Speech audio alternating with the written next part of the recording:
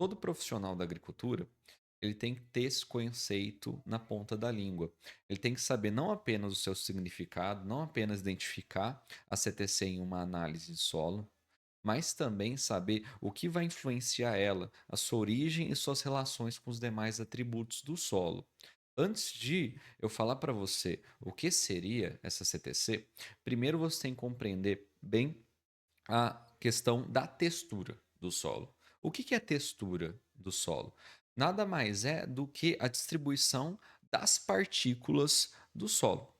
Nós temos três classes principais: argila, que em inglês é clay, silt e areia, sand. Essas classes, elas são divididas por tamanho da partícula. Então, as partículas de areia, elas têm um tamanho maior do que as partículas de silt, que têm um tamanho maior do que as partículas de argila. E nós temos qual que é a relação entre tamanho de partícula e as cargas do solo. Quantas cargas tem o solo, sejam negativas, sejam positivas. Isso está intimamente ligado com o tamanho da partícula. Por quê? Porque diferentes tamanhos de partícula vão ter diferentes áreas de superfície específica.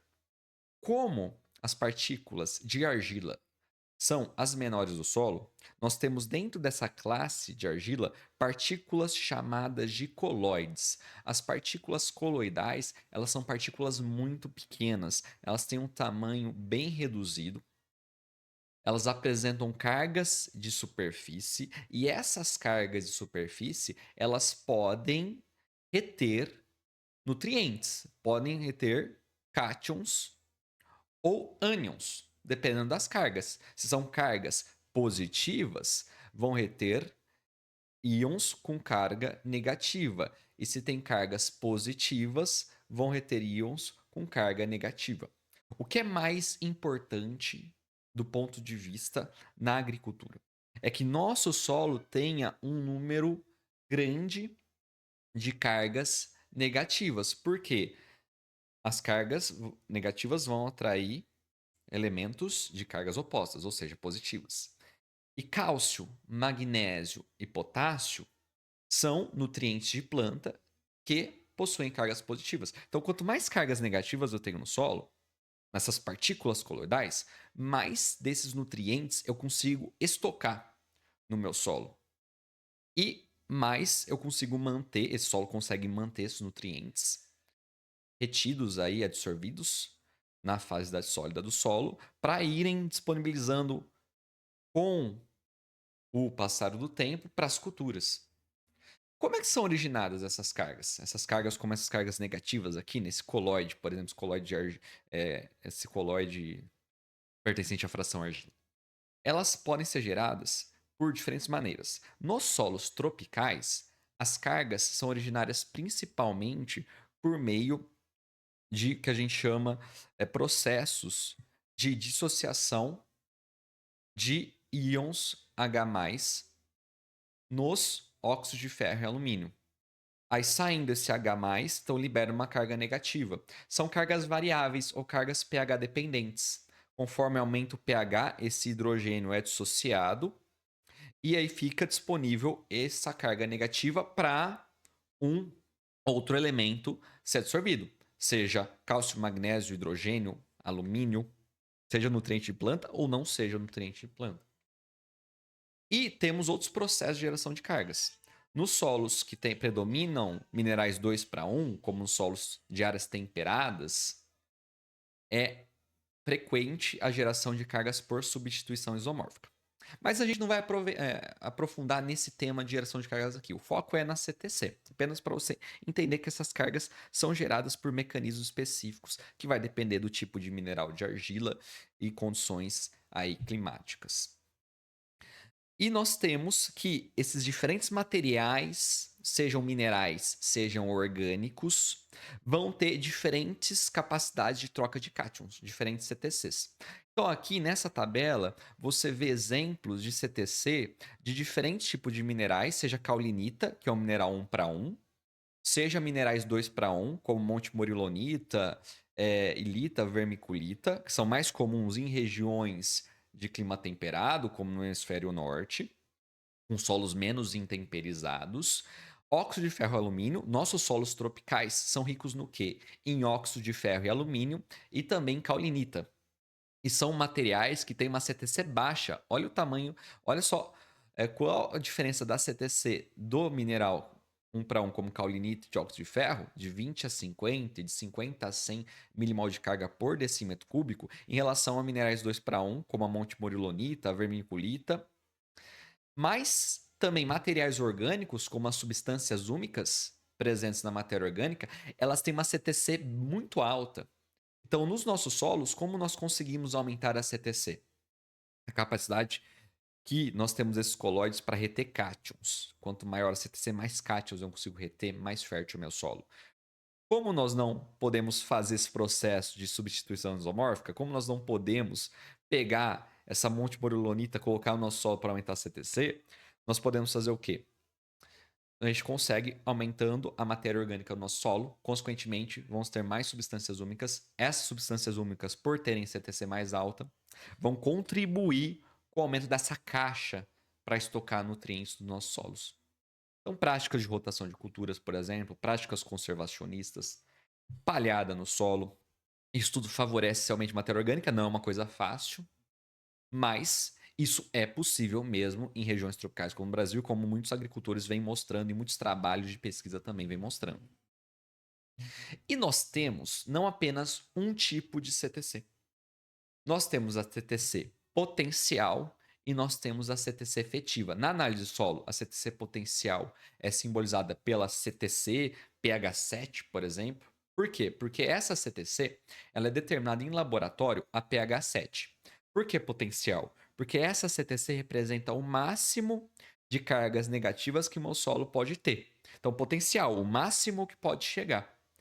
E a CTC efetiva, ela é menor que a CTC potencial, ela é simbolizada pelo T minúsculo, geralmente, e ela representa a quantidade de cargas negativas que meu solo pode reter, mas não o total de cargas negativas, mas é aquela CTC que é determinada no pH do solo atual. Então, geralmente nas análises de solo, nós temos essas duas CTCs. Qual que é a diferença em relação a como eu determino a potencial e efetiva no cálculo? A CTC potencial, ela contempla os cátions básicos, cálcio, magnésio e potássio, que é a nossa soma de bases, nutriente de planta, cátions básicos, por isso chama soma de bases, ou SB na análise de solo. A CTC efetiva é representada pela soma de bases mais o alumínio, que é chamado de acidez trocável. Por que esse trocável? Um cátion é trocável quando ele pode ser substituído por outro cátion que está na solução de solo. Então, por isso, tem esse termo trocável. Já a CTC potencial, ela é composta pela soma de bases, mais o alumínio, mais o hidrogênio. E o hidrogênio representa a acidez não trocável. O tipo de ligação que o hidrogênio faz com a fase sólida do solo é diferente do que a ligação das bases e do alumínio. Então, por isso que tem essa separação. Então, a CTC potencial é composta por cálcio, magnésio, potássio, hidrogênio e alumínio. E nós temos que a CTC efetiva, cálcio, magnésio, potássio mais alumínio, é a soma de bases cálcio, magnésio e potássio. Então, memorize isso, não esqueça mais. Isso é muito importante para você entender melhor a análise de solo, saber interpretar melhor a análise de solo. Caso você queira aprender mais sobre isso, além do conteúdo aqui no canal, tem também especialização em fertilidade do solo, que esses conteúdos são abordados de forma mais aprofundada. O link está na descrição, onde você vai conseguir aprender e relacionar melhor esses conceitos de fertilidade do solo e também saber manejar a fertilidade do solo na prática e adubação de culturas. E nós temos que um solo com uma CTC mais alta, como exemplo nessa imagem aqui, é um solo com uma CTC, por exemplo, nós temos de 25 centimol de carga por decímetro cúbico. Um solo com uma CTC de 5 centimol de carga por decímetro cúbico, por exemplo. O solo que tem uma CTC maior, ele tem mais caixa, ele consegue estocar mais nutrientes. Já um solo com CTC menor, não. E geralmente o que nós temos? Solos argilosos, com maior teor de argila, eles têm maior CTC, porque eles têm uma maior porcentagem de argila. Quanto maior a porcentagem de o que? Partículas da fração argila, maior a presença de colóides, maior a presença de cargas de superfície, e, consequentemente consigo o quê? Reter mais cátions do que um solo arenoso, que eu vou ter o quê? Menor quantidade de partículas coloidais e, consequentemente, menos cargas de superfície. Então, o manejo de um solo argiloso ou muito argiloso vai ser diferente do manejo de um solo de textura arenosa, por exemplo. Por isso que em solos arenosos nós temos que o quê? Colocar doses menores de fertilizantes, parcelar mais vezes os fertilizantes, porque vai ter mais perdas por lixiviação. Eu tenho menos cargas para segurar esses nutrientes no solo. E agora, como é que eu determino isso, um exemplo prático, na análise de solo? A CTC, como eu falei, nada mais é do que a soma de bases mais hidrogênio e alumínio. Então, vendo aqui nesse exemplo dessa análise, o que seria minha soma de bases? Minha soma de bases é a soma do cálcio mais o magnésio mais o potássio.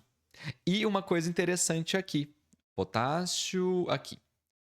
Sempre preste atenção nas unidades. Então, você tem que somar com a mesma unidade. Você está observando que cálcio e magnésio está em centimol de carga por decímetro cúbico e potássio e sódio está em miligrama por decímetro cúbico. Então, uma coisa importante, eu falei, ó, soma de bases, cálcio, magnésio e potássio. Mas em alguns solos tem uma quantidade significativa de sódio. E sódio, cátion positivo, nesses solos conta também na soma de bases e na CTC, certo? São mais comuns em solos do Nordeste, por exemplo, que tem um teor maior de sódio nos solos. Mas em regiões do Cerrado, região sul do país, por exemplo, não é comum. Mas em regiões que tem o sódio, a gente tem que contabilizar. Então, no caso aqui, para converter de miligrama por decímetro cúbico potássio, 73 miligramas por decímetro cúbico, para centimol de carga por decímetro cúbico, você divide por 391. É o fator de conversão apenas para o potássio, de miligrama por decímetro cúbico para centimol de carga por decímetro cúbico, que nesse caso aqui deu 0,186. E sódio, para converter de miligrama por decímetro cúbico para centimol de carga, você divide por 230. Dependendo do elemento, vai ser um fator de conversão diferente. Então, a soma de bases deu 2,05 centimol de carga por decímetro cúbico. Aqui aproximou na análise solo, por isso tem essa diferença. A CTC, o que seria? Então, minha soma de bases mais hidrogênio e alumínio. Hidrogênio e alumínio, 5,1 centimol de carga, mais os 2,05, dá aproximadamente 7,1 centimol de carga por decímetro cúbico. E a minha CTC efetiva está aqui ao lado da CTC potencial, que é a soma de bases mais apenas o íon alumínio, causa aproximadamente 3 centimol de carga por decímetro cúbico. Espero que você tenha entendido melhor o conceito de CTC, algumas das suas aplicações práticas. Caso tenha gostado do vídeo, curta, inscreva-se no canal e acompanhe o conteúdo que eu posto semanalmente sobre solos, fertilidade dos solos, manejo de adubação e nutrição de plantas. Até a próxima!